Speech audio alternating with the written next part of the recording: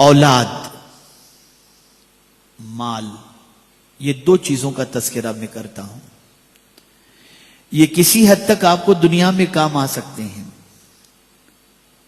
مال ہوگا گھر خریدیں گے، مال ہوگا گاڑی خریدیں گے، مال ہوگا بچی کی شادی اچھی طریقے سے کریں گے، مال ہوگا بچے کو اعلیٰ تعلیم دلائیں گے، مال ہوگا مسجد بنائیں گے، مال ہوگا مدرسہ بنائیں گے، مال ہوگا حج کریں گے، مال ہوگا زکوٰۃ دیں گے. یہ مال ہے. لیکن اگر مسلمانوں کا سروے کیا جائے تو ہر مال والا مسلمان اپنے مال کو نیکی کے کاموں میں خرچ نہیں کرتا. زیادہ تر اس کے خرچ کی جگہ گناہ ہوتے ہیں، اللہ کی نافرمانی ہوتی ہے، اللہ ماشاء اللہ.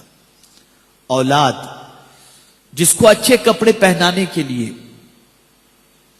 جس کے فیوچر کو برائٹ کرنے کے لیے، جس کے مستقبل کو سیکیور کرنے کے لیے پیرنٹس اپنی جوانی خرچ کر دیتے ہیں، لیکن یہی بچہ بڑا ہونے کے بعد ضروری نہیں ہے کہ آپ کے بڑھاپے کا سہارا بن سکے یا آپ کے سکون کا ذریعہ بن سکے.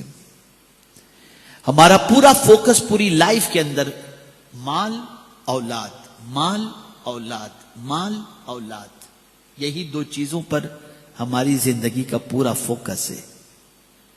قرآن نے اس کو مینشن کیا، یوم لا ینفع مال ولا بنون. قیامت میں مال بھی نفع نہیں پہنچائے گا، بیٹے بھی نفع نہیں پہنچائیں گے. تو میں یہ نہیں کہتا کہ آپ بیٹوں کے لیے کچھ نہ کرو، میں یہ نہیں کہتا کہ آپ مال نہ کماؤ، لیکن میں یہ ضرور کہوں گا صرف آپ اپنے بیٹے کے فیوچر ہی کا مت سوچو اور صرف مال ہی کی فکر مت کرو. ذرا یہ بھی دیکھو کہ قیامت میں کون سی چیز کام آنے والی ہے. کبھی انسان مال کی خاطر نماز چھوڑ دیتا ہے، کبھی انسان مال کی خاطر حرام کمائی کی طرف بڑھ جاتا ہے، کبھی انسان مال کی خاطر غبن کر بیٹھتا ہے، کبھی انسان مال کی خاطر اس راستے کا مسافر بن جاتا ہے جو راستے پر چلنے کے بعد جہنم اس کے استقبال کے لیے تیار ہو. ایک مرتبہ درود شریف پڑھ لیں. اللہم صلی علی سیدنا و مولانا محمد و صحابہ وبارک وسلم. تو آپ مجھے بتائیے،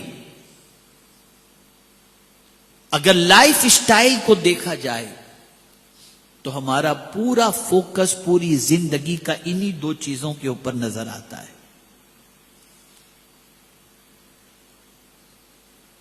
جو چیزیں اس دنیا سے جانے کے بعد نفع نہیں پہنچائیں گی. یہ قرآن کا فیصلہ ہے. یوم لا ینفع مال ولا بنون.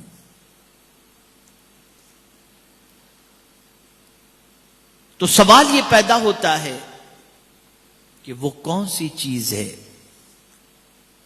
جو ہمیں دنیا میں بھی، یہ جملہ یاد رکھیے گا، جو دنیا میں بھی نفع پہنچائے اور آخرت میں بھی نفع پہنچائے، جو قبر میں بھی نفع پہنچائے، جو حشر میں بھی نفع پہنچائے. ہم نے اس کی طرف توجہ بالکل نہیں کی.